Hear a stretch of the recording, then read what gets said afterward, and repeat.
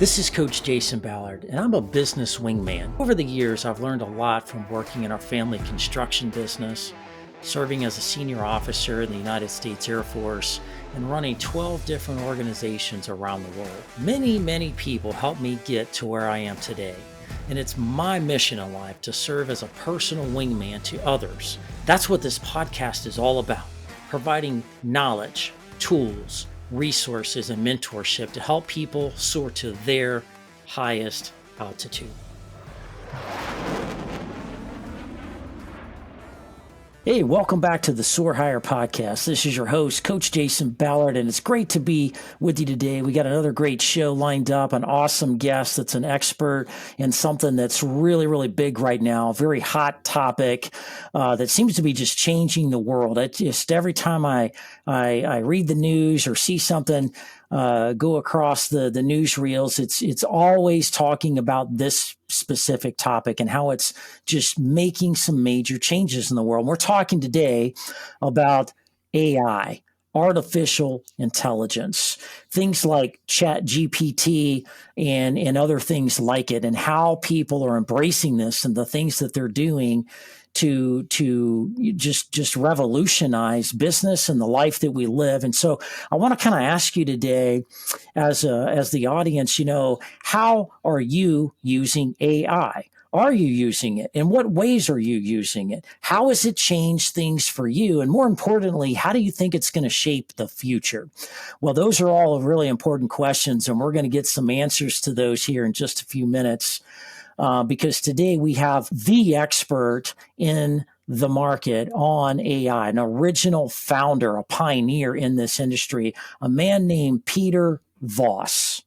Let me tell you a little bit about Peter. He's a fascinating man. I can't wait to get into these conversations here in just a second. But Peter is a serial entrepreneur. He's an engineer. He's an inventor, and he's a pioneer in AI who coined the term artificial general intelligence. Now, that sounds like a fascinating term. That's the first time I've heard of that, and we're going to dig into that here in just a minute as well. He is also the CEO and chief scientist at a company called Aigo and AGI Innovations. Without further ado, Peter, welcome to the Soar Higher podcast show. Great to have you today. Well, thank you. Thank you for having me. Yeah, it's a real pleasure. This is a real big topic. I mean, I every conversation I'm having with people in business and in life in general. I mean, my next door neighbor was over this weekend, and AI came up, Chat GPT came up. I mean, I can't. You can't even go to the bathroom without hearing about this stuff these days. So talk to us a little bit about you. Tell us a little bit about your background and kind of how you got into this whole thing, and give us the backstory. All right, certainly. So I started out as an electronics engineer, started my own electronics company, doing industrial electronic equipment. And then I fell in love with software and programming, and just fascinated me. So my company turned into a software company. I developed an accounting suite of software, or ERP software system. And we did very well with that. The company went from the garage to 400 people. We did an IPO. And that was fantastic. But how this leads into AI is when I exited the company, I had enough time and money on my hands to say, okay, what big project do I want to tackle now? And the thing that struck me is that software is really quite dumb. And, I was proud of my software, but still, if the programmer didn't think of something, it would just crash or, do something silly. Software basically doesn't have any common sense, and it can't learn. So this was really the starting point for me to figure out how can we build software with intelligence, software that can actually think and learn and so on. And that, of course, is a field of AI. So I took off 5 years to study intelligence, all different aspects of intelligence, starting from such basic things as philosophy, epistemology, theory of knowledge. How do we know anything? What is reality? Can we be certain of anything? Because it's kind of a foundation of being able to solve problems is to know how you get knowledge. Also studied um, uh, psychology, different aspects of psychology, developmental psychology, how children learn, how our intelligence differs from animal intelligence, what IQ tests measure. And I really deeply wanted to understand all different aspects of cognition and intelligence. And that led me then to form, I basically came up with a design for an AI system that can ultimately learn and think and reason the way humans can. So in 2001, I then started a company, a pure research company at that point, to take these ideas and actually build various prototypes. And it was at that time as well, I found a few other people who had similar ideas, and we decided to write a book and to look for that. We came up with a book title, three of us, Artificial General Intelligence. And the reason we felt that we really should coin this new term of AGI was because the field of AI wasn't pursuing the original dream of building thinking machines. When the term AI was coined 60 years ago, it was about building machines that can think and reason like humans can. But that turned out to be really hard. So the field of AI turned into narrow AI, where you just solve one problem at a time, like container optimization or playing chess or medical diagnosis or whatever. But the machines themselves, I mean, the IBM's, for example, IBM's Deep Blue world champion, chess champion, can't even play checkers, you know. Wow. So so we really wanted to go back to the original dream of AI, of building thinking machines, machines that can learn a wide range of things and reason about them and have common sense the way, humans have at best. Right. you know and so that's really been what has fascinated and occupied, and I've been passionate about for the last 20 years. And I've alternated between focusing on R&D, making the system smarter, and commercializing it. So I've had now two companies that have commercialized this in mainly the call center space and automating calls. Hmm. The thing that you hate when you call into a company and you talk to a computer and people just press zero because they want to get to an operator. Well, you'll hate it a lot less with our systems because they actually have intelligence. So, in fact, our current product, the chatbot we have, we call it a chatbot with a brain. Huh. Most chatbots, again, don't have a brain. They don't remember what you said earlier. They don't really have common sense. Right. Many of the chatbots you interact with are quite frustrating. So our chatbot basically has a brain. It has the ability to deeply understand, to remember what you said earlier in the conversation, and to reason about things. So that's a commercial product we are offering.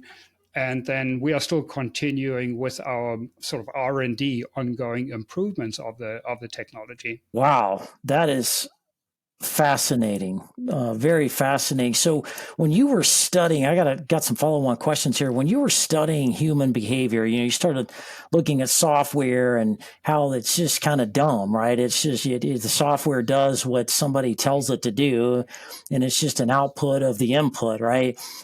But when you decided, I'm going to study human behavior, I'm going to study how the brain works, how human psychology works, all of those kind of things to make the software better. Like, what were some of the big takeaways? What did you learn the most out of that study that you were able to, eventually apply into the science of computers and AI as we know it today? What were some of the big takeaways there?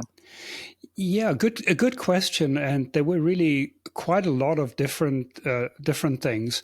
So one of them in the area of philosophy, epistemology, theory of knowledge is I began to get a much better understanding of the importance of concepts. that concepts are so fundamental to human thinking. So, for example, as children, as a child, we might see different dogs. So then we learn, okay, this is our dog and this is a neighbor's dog, but a dog is different from a cat. And I mean, these are very simple examples, but we basically conceptualize. And what makes humans so special is that we can form concepts of concepts of concepts. So we can form very abstract concepts that ultimately are things like, marriage and freedom and government and things like that. So it's really from an epistemology, theory of knowledge point of view, it's the importance of concepts and how concepts are formed. That was the one insight. Then I also worked for almost a year on a project of developing a new type of IQ test. I worked with a brilliant woman in South Africa who developed the theory behind a new type of IQ-like test that doesn't have the cultural bias that current tests have. So if you take the Western IQ tests and try and apply them in South Africa or Africa, they do very poorly. They just have a lot of cultural bias. And she developed a system where you learn to play a game and you actually learn a new language as part of this test. And I helped her computerize this IQ test, or it's called a cognitive process profile. And the reason I mentioned that, there's some deep insights I got into what important things are in intelligence, and they really are different levels of intelligence. It's maybe not politically correct to say that, but the reality of the situation is intelligence happens at different levels and across a number of dimensions. And the important insight was that people who are generally cognitively very capable have this common attribute that they have very good metacognition. So they are somehow automatically able to think about problems in the right way, in an effective way. Some problems require you to be systematic. Some problems require you to rely on memory. Other problems require more of an intuitive approach. And highly effective people tend to be good at sort of automatically using the right strategy to address problems. So that was an insight I got there. And then on AI itself, the field AI, I went to lots and lots of conferences, and I found this incredible. As an outsider, I came into it. I don't come from academia. I was completely blown away that there were two completely separate camps. The one is sort of mathematical, logical approach, and the other one is a neural network approach. So that started off by trying to model the way the brain works, or a super simplified version of the way our brain works. And these two camps were, and still are today, really talking completely different language, completely past each other. They trash each other, have their own conferences. And, to me, it was so obvious that to solve the problem of high-level intelligence in machines, that you really needed to combine those views. And often they were talking about the same thing, but just in talking past each other using different language. So that was really surprising. And I think I benefited a lot by seeing both of those perspectives and being able to integrate them and saying, oh yes, this is it's an easier way to look at the problem if you look at it from a mathematical or logical point of view. Other problems are easier to understand and work with if you look at them from a neural network point of view, sort of more a brain point of view. So those are kind of three of the things that stick out,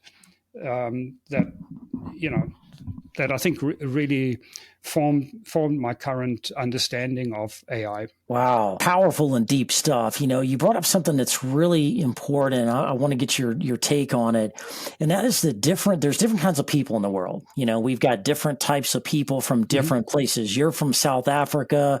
I'm from the United States, and you talk different than I talk. Mhm. You're born in a place that's far different than the United States. Now, you've been in the United States a long time. You've gotten used to how it is here, but it's just, different. Everybody's different, Mhm. especially now more than ever. Like everybody is a snowflake, it seems like, right? Everybody's special and different and Mhm. unique and can contribute in different ways. So you've got cultural things, background related things, ethnical, differences. You've got family dynamics that are different that shape us. You've got, Right. race, you've got gender, you've got, all these different things that make everybody different. And then, at the end of the day, we're still all human beings though, right? We all have a brain, we all have arms and legs and a heartbeat that make us similar, but we've got all these things around us that are different. Mhm. But the brain is different. We all have different finger Fingerprints. fingerprints. Thank you. We all have, different types of eyeballs and Mhm. different features about our eyeball. There's a lot of different things about us. So how do you take all of these different things that shape the way we think and perceive things, make decisions, form opinions, and kind of collapse all that, pack all that into Mhm. systems to do the thinking and the collaborating and the AI types of things that we're seeing today? How do you do that? That seems incredibly difficult. Right. Well, I mean, first of all, we all live in the same world, in the same reality, ultimately. I mean, there may be Okay. obviously differences that live in different countries, but still, what we perceive nature, trees and, animals and, having parents and stuff. I mean, there's just an enormous amount of commonality, water and air and, wood and whatnot. So you have that shared foundation. And then also people inherently want to flourish. And that's actually not that super subjective. It's actually quite objective in a number of dimensions. People want to be physically healthy. I mean, that's a common thing. You don't want to be Right. ill. You don't want to be sick. You want to be mentally healthy. You don't want to constantly suffer from depression or whatever. You People generally want to move up sort of Maslow's hierarchy, in terms of needs, have your basic needs, food and shelter taken care of, and family and financial security. People want to move up that ladder. Now, some people are more ruthless about or maybe have the wrong idea of what it means to move up the ladder, that your bank balance is the only thing that matters. But then presumably, maybe their relationships or mental well-being might suffer. But anyway, that's another Yeah. discussion. But there's this commonality of people wanting to flourish, living in the real world. And then the third element is what makes humans different is that we are essentially rational animals. Now, we're not super rational, you know, Yeah. we're not as rational as we maybe want to be or could be or should be, but this is what distinguishes us from animals, is that humans have this capacity to be rational, to think and to reason, to debate, to communicate, use language. And I think if you look back over the years, while one can get very discouraged about some of the negative things happening in the world, if you really stand back, life has been getting better. People have become more rational. There's just life has improved. You wouldn't really want to live 50 years ago or 100 years ago or 1,000 years ago. So I think that there is this commonality. So as far as building an AI is concerned, it needs to be able to learn about the real world. It needs to be able to reason. But in terms of its goals, we really wanted to help us fulfill our goals. So in your life's work with this, and you certainly are a kind of a leading edge guy in this space, what would you like to see happen? What are you trying to accomplish with this? At some point when you decide to retire and hang out at the beach all day or whatever you want to do. What needs to happen for you to feel like you move the needle in this space and you accomplish something? What is that? Yeah. So I half jokingly say, when people ask me when do I want to retire, I say, well, when my AI becomes smarter than me. and I know that's going to happen because I get dumber and the AI gets smarter. So at some point, when my brain is completely fried, my AI will be smarter. Well, hopefully it won't work out that way.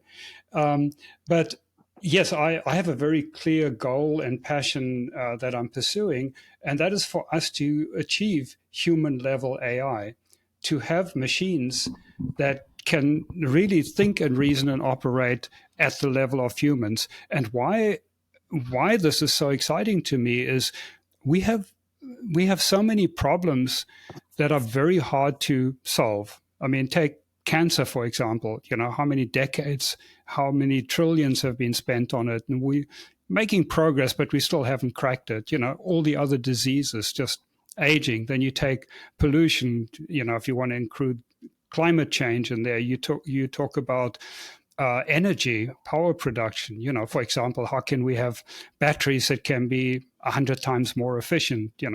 Right. And then importantly, we don't seem to be very good at governance. I mean, look at the mess most political systems are in. We tend to choose the wrong leaders, the wrong incentives for governance and so on. So we really could use more intelligence to help us solve these problems. So imagine you have a human level, a PhD level AI cancer researcher. Let's imagine we've got AI developed to that point where you have that. You can now make 1 million copies of that, and you now have 1 million PhD level cancer researchers chipping away at the problem. We'll be able to solve a lot of the problems facing humanity with AI. Then the other thing is, at a personal level, what I'm aiming at is that we have these high level AIs. We call this a personal assistant, and it really should be called a personal assistant. But there are 3 different meanings of the word personal that apply here. The first one is personable in the sense that you own it. It's your assistant. It belongs to you. It serves your agenda, not some mega corporations. Where right now you have Alexa or Siri, but they don't serve your agenda. They serve the agenda of, Apple or Amazon. So that's the first personal. You own it, serves your agenda. The second personal is it's hyper personalized to you. It gets to know your values, your history, what you're trying to do, people you interact with, and so on.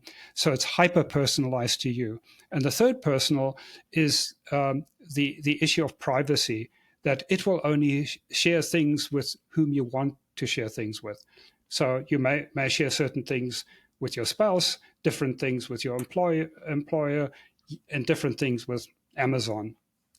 And so that is the vision we have, is to improve our technology to a point where we can offer, hopefully, 8 billion people in the world, or however many, a personal assistant to help them optimize their lives, to help them with decision making, to help them do stuff, and so on.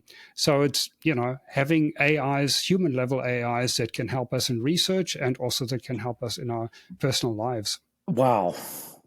I have so many questions. Let me start with this one. Let's deep dive this a little bit more. You talked about that personal assistant aspect of it. You own it. It's personal to you. It's, keeps things private with you. That all sounds great. But what does that look like in our day-to-day lives? Like if we move forward and I were to get a personal assistant, like what would that look like? Would I be logging into my computer? Would it be on my phone? How would I interact with it? How would that work? What does the world around us look like when that happens? Yeah. So, we obviously have technology like smart glasses and virtual reality glasses and that are sort of that are beginning to come on the market. But even with current technology, it would basically be through your phone. You would just Okay. talk to it. It would be in that sense similar to the way people use Siri. It just would be much more capable, know a lot about you, and as I say, serve your agenda.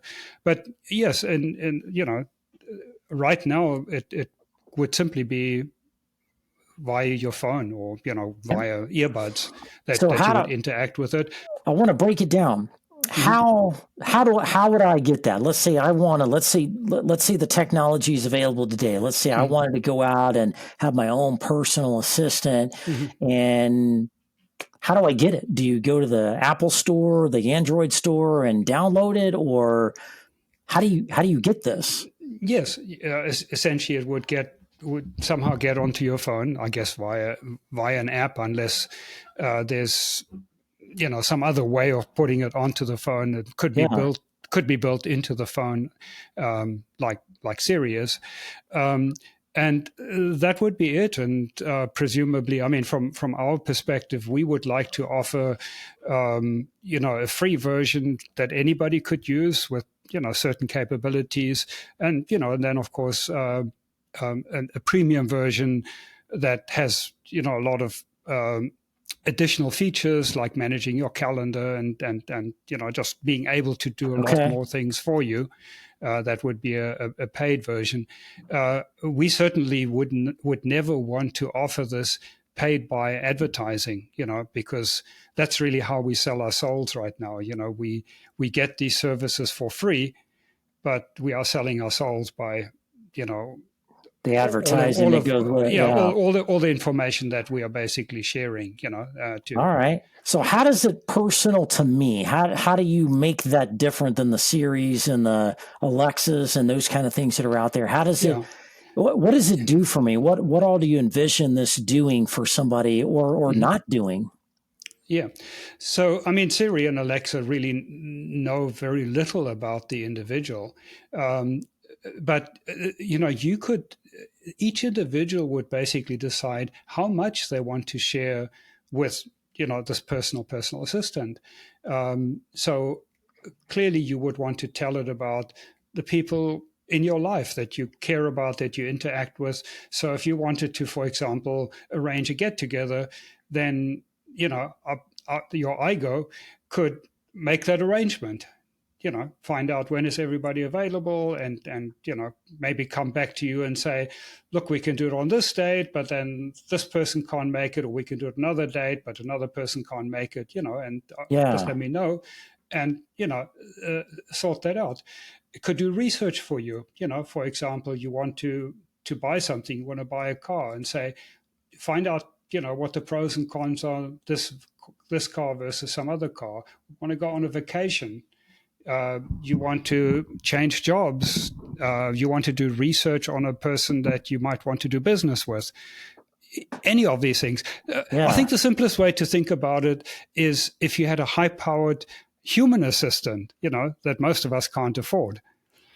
Um, that's really, I think that's a sort of simple way of looking at it. All right. So yeah, you just talk to it like you would a normal human being, right? Hey, Mm-hmm. I want to get together with my, four family members, blah blah blah, name off their names, and Right. we want to get together on this date and this time at this location. Schedule that, Yeah, and and it'll and it would learn once you tell it that don't invite this one uncle. I mean, he always causes trouble. He gets drunk or whatever, and you would tell Igo once, and would then okay, not on the invite list. all right. So, how do you keep this private? I mean, because that's one of the big fears out there. When people talking about these types of technologies, is Mm. they kind of can kind of drift off in some different ways. We were using an Alexa, tool, audio device a few weeks ago, and magically we were talking about some stuff, and then we started getting advertisements on our phones for that particular thing, right? Well, that's why I'm so adamant about our own view of this personal assistant is that we will not use the data, and the company offering it. I mean, any company offering you a personal assistant really need to commit to that, and their business model needs to be such that it doesn't rely on harvesting data and then selling it to advertisers, or other people. And that's a commitment that the company that offers this has to make, and we are committed to doing it this way. And as we talk to investors, that's the basis on which we will offer such a product, a Yeah. truly personal assistant. So I think that's a big challenge out there is, convincing people, showing people how it really truly can be private and people Yeah, won't be you listening have to in. earn their trust. I mean, Yeah. obviously, there's some people. They're going to be early adopters, who say, "Oh, okay, fine, let me try it." I'll get the Yeah. benefit. I mean, we try all sorts of things where we have no privacy right now. I mean, look at ChatGPT. 100 million people signed up within 2 weeks.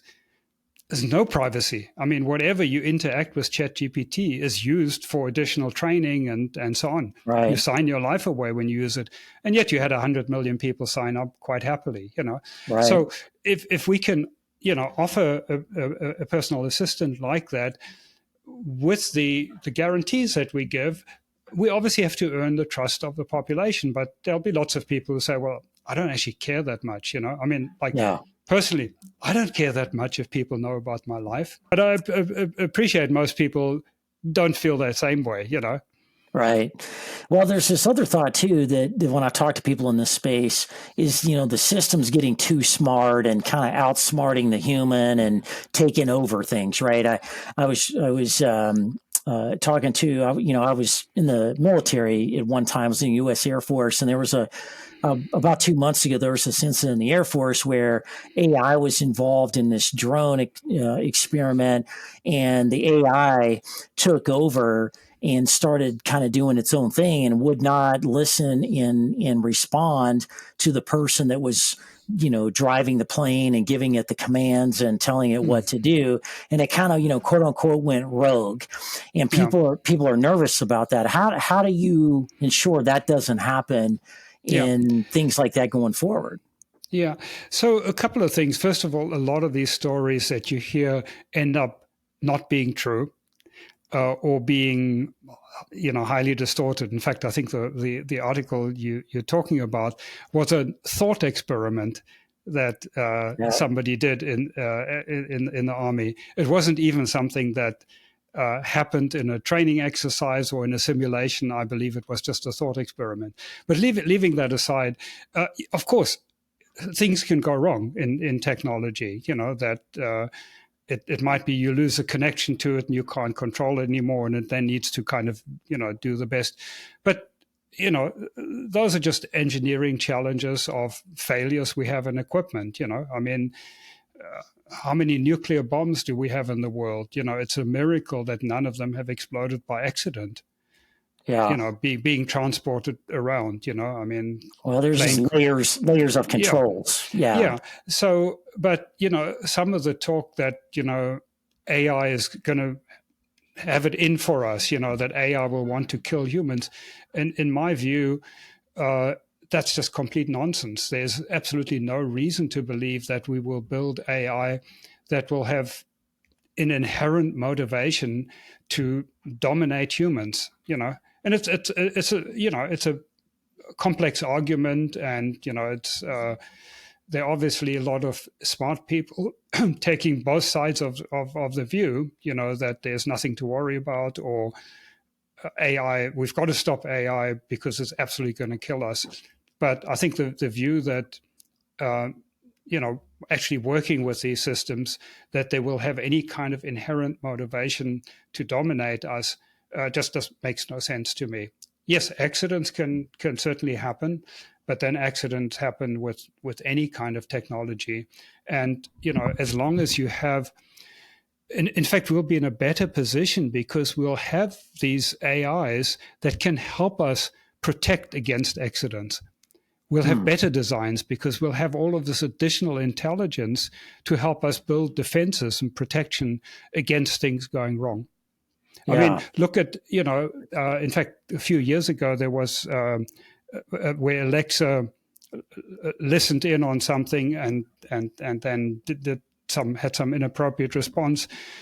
And I mean, I looked at it. I actually wrote an article on that. It was really the fact that Alexa wasn't smart enough to realize what was happening. Right. So a Yep. lot of the problems with AI is that AI, at this point in time, isn't smart enough. So having AI that is smarter in many ways helps because it's not Yeah. going to do dumb. It's going to do fewer dumb things. Yeah.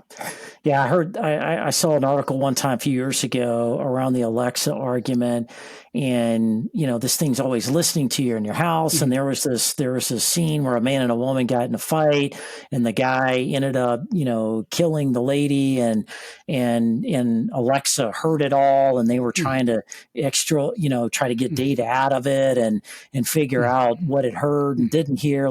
And they were talking about how it would have been great, if that would have been smart enough to know what was going on, call 911 or, Exactly. do something helpful to prevent Exactly. the ending of the life of this young lady. It was a very fascinating Mhm. discussion.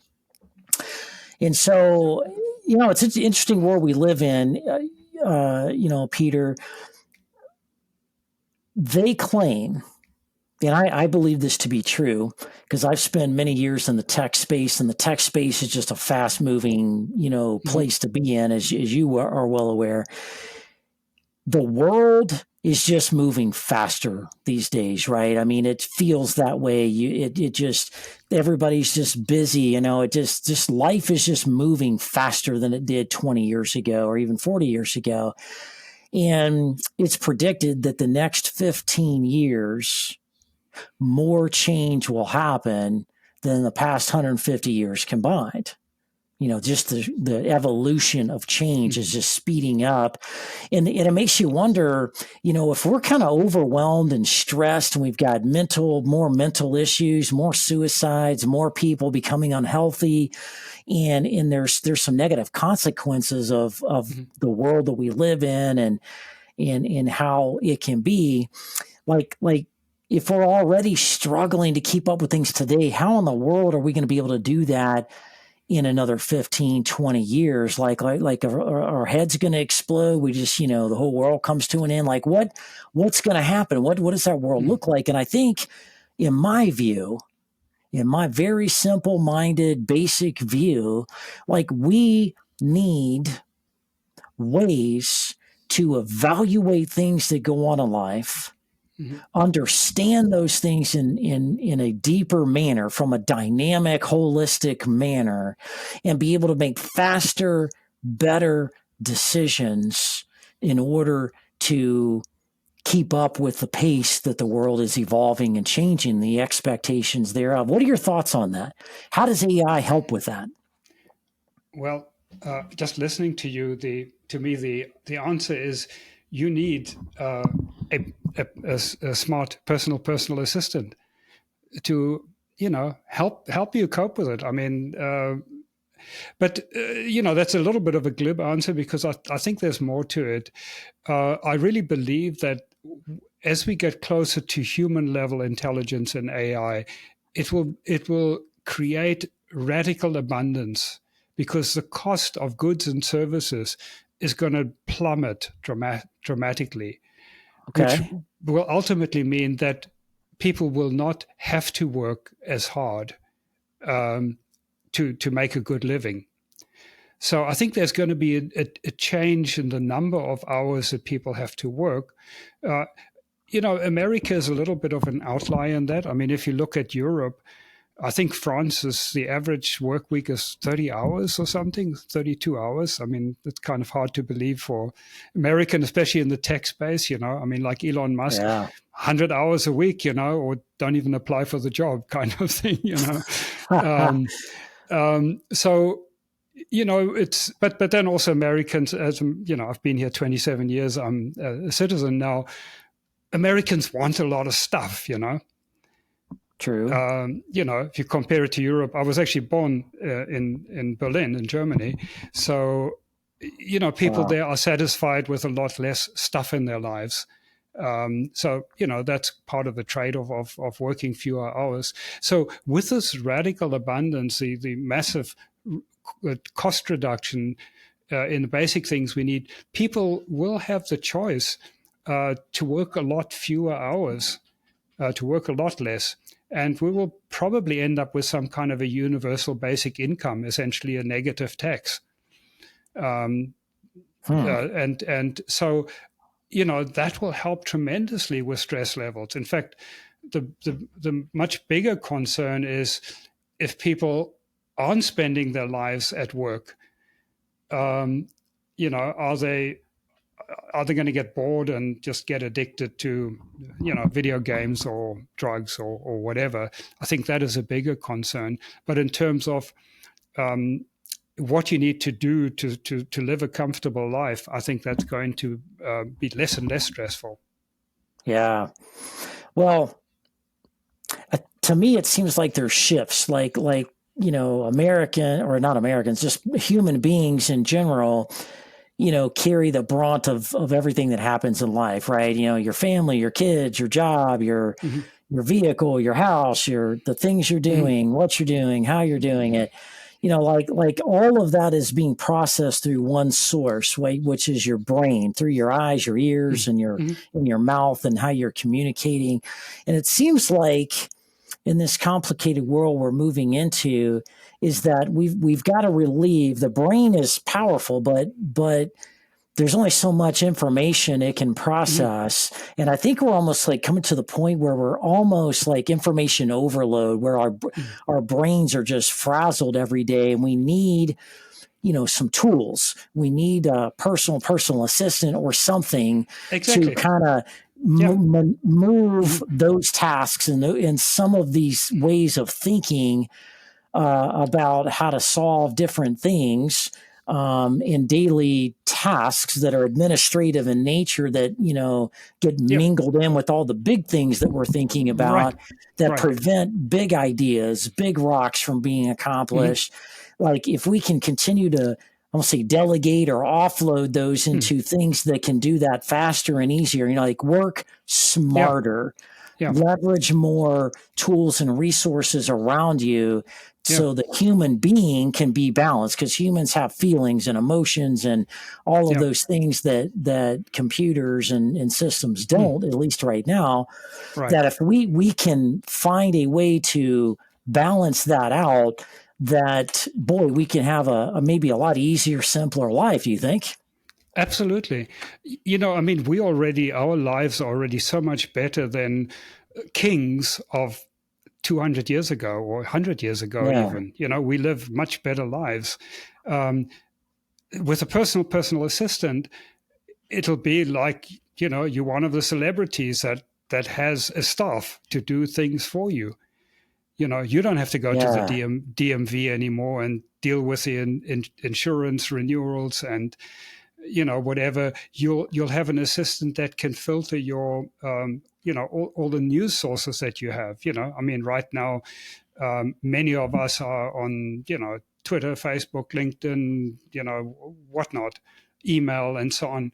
If you have a smart assistant that is hyper personalized to you, that knows what's interesting, it can automatically filter out a bunch of stuff, duplications that you have. Oh, I already know that. No, I don't need to see this article. It's you don't have yep, to click on it and find out, oh, this is the same stuff I read yesterday. So having each person having this personal assistant, which right now only very rich people can afford, to do all of this mundane stuff for you, to filter, the input from you, it'll be fantastic, and it'll help us cope exactly with the problem you're describing of this information overload and the complexity of modern life. awesome. Well, Peter, man, it's been such a blessing to have you on the show. You are just a big brain in this space. You're known to be kind of on the level of like an Elon Musk or a Richard Branson kind of a thinker, very strategic, visionary.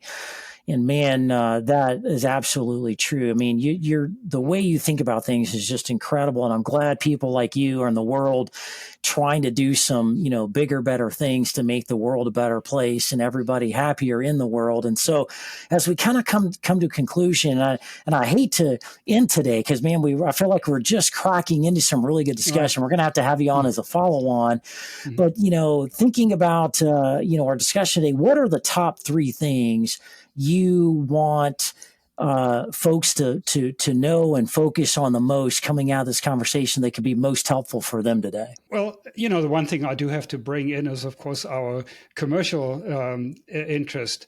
We do have a chatbot with a brain that offers a much better way of automating it. One of our big customers is 1-800-Flowers. They, use it to provide hyper-personalized the group of companies, Harry and David and so on.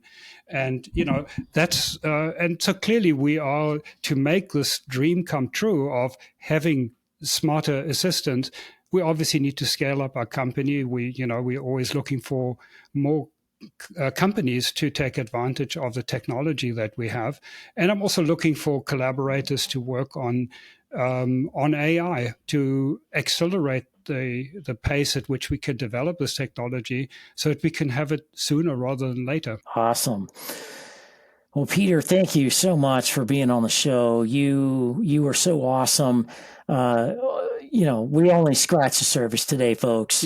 Peter and his team and his company are just doing some fascinating things in big, big ways. Peter, tell people how they can learn more, how they can reach out to you, connect with you, ask questions, maybe be a contributor, a volunteer, or maybe even a client, however. Yeah, very easy. So company is aigo.ai, AIGO.ai. And there's a link to a lot of articles that I've written under resources. And you can also get hold of me directly, just peter@aigo.ai or LinkedIn, Twitter. It's pretty easy to find me.